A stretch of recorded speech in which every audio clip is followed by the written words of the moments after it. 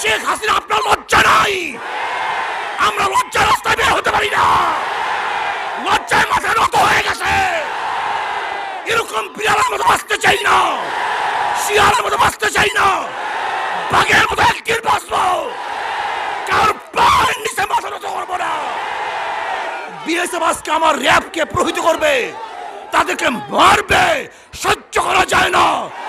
আমাদের যা কিছু আছে তা নিয়ে চাপিয়ে পড়তে হবে, ওদের বিরুদ্ধে আন্দোলন করতে হবে, সংগ্রাম করতে হবে। লজ্জায় মাথা নত হয়ে গেছে।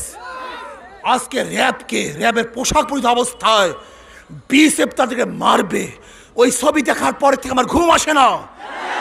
আমি লজ্জিত, আমি শঙ্কিত, আমার খারাপ লাগতেছে। বেঁচে থেকে লাভটা কি? বেঁচে থেকে লাভ কি? যেখানে চীনের ওই দিকে সীমান্তে 50 বছরের মধ্যে একদিন ভারত একটা গুলি ছুড়ে নাই। যেখানে পাকিস্তান তাদের শত্রু, তাদের প্রতি গুলি ছোড়ার সাথে সাথে একটা হত্যার পরিবর্তে হাজারো হত্যা করে পাকিস্তানিরা। অথচ বাংলাদেশ, এর প্রতিবেশী দেশ ভারত, আমাদের বন্ধু দাবি করে, আর বর আমার দেশের মানুষকে মেরে কাটা তারের উপরে বাদুরের মতো ঝুলিয়ে রাখবে। আজকে প্রশাসনকে, র্যাবকে তারা মারবে, তাদের প্রতিবাদ হবে না, এবং বাংলাদেশ সরকার তাদের পাও চাটবে, তাদের গোলামি করবে। ওদের গোলামির জিনিস সিদ্ধ করতে হবে, বলতে হবে, সহ্য করা যায় না। প্রিয় ভাইয়ারা আমার, বাঁচবো তো বাঘের মতো একদিন বাঁচবো, ওই শ্রীগালের মতো 1000 বছর বেঁচে থাকার কোনো আশা আমাদের নাই। আমরা বাঁচতে চাই না, আমরা মরতে চাই, দেশের মাথা উঁচু করতে চাই, এই স্বাধীনতা রক্ষা করতে চাই, বাংলাদেশের সম্পদকে রক্ষা করতে চাই, এদেশের সমস্ত মানুষের জীবন মালকে এবং তাদের অধিকারকে রক্ষা করতে চাই। প্রিয় ভাইয়ারা আমার, সজাগ থাকুন, হুঁশিয়ার থাকুন। যদি বাঁচতে চান, কেউ বাঁচতে পারবেন না। যেরকম পিপিলিকা জোয়ার বা পানি আসলে সব একত্রিত হয়ে যায়, ঘুরতে থাকে, একবার নিচে যায় আর একবার উপরে ওঠে। সবাই মরার জন্য নিচে যায়, সবাই বাঁচার জন্য উপরে ওঠে। এর জন্য কেউ মরে না, সবাই বেঁচে থাকে।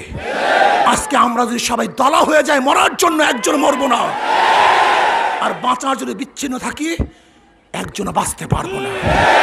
কাজে দেশকে রক্ষা করতে হবে, এই সর্বমূর্তকে অক্ষুণ্ণ রাখতে হবে, এই লাল সবুজ পতাকাকে, সম্মান মর্যাদাকে বুলন্দ করতে হবে, উঁচা করতে হবে।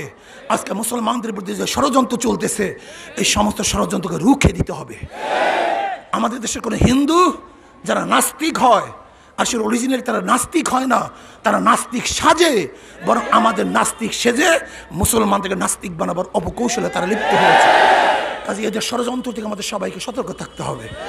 প্রিয় ভাইয়ারা আমার, এই ভারতের আগ্রাসনের বিরুদ্ধে আগামী সোমবার, এই অবৈধ চুক্তির বিরুদ্ধে আগামী সোমবার 14 অক্টোবর বাংলাদেশের প্রত্যেকটা জেলায় জেলায় ইনশাল্লাহ মিছিল হবে। আমাদের র্যাবকে যে প্রহার করেছে, তাদেরকে মারছে, তাদের ইজ্জত হানি করেছে, এই পোশাকের উপরে তারা হস্তক্ষেপ করেছে, এই পোশাকের আঘাত করে আমাদের কলিজা আঘাত দিয়েছে, ওরা কলিজা আঘাত দিয়েছে। হয়তো তোমাদের লজ্জা নেই, আমরা লজ্জা পাই। তোমাদের ইজ্জত আব্রু নাই, কিন্তু আমাদের ইজ্জত আব্রু আছে।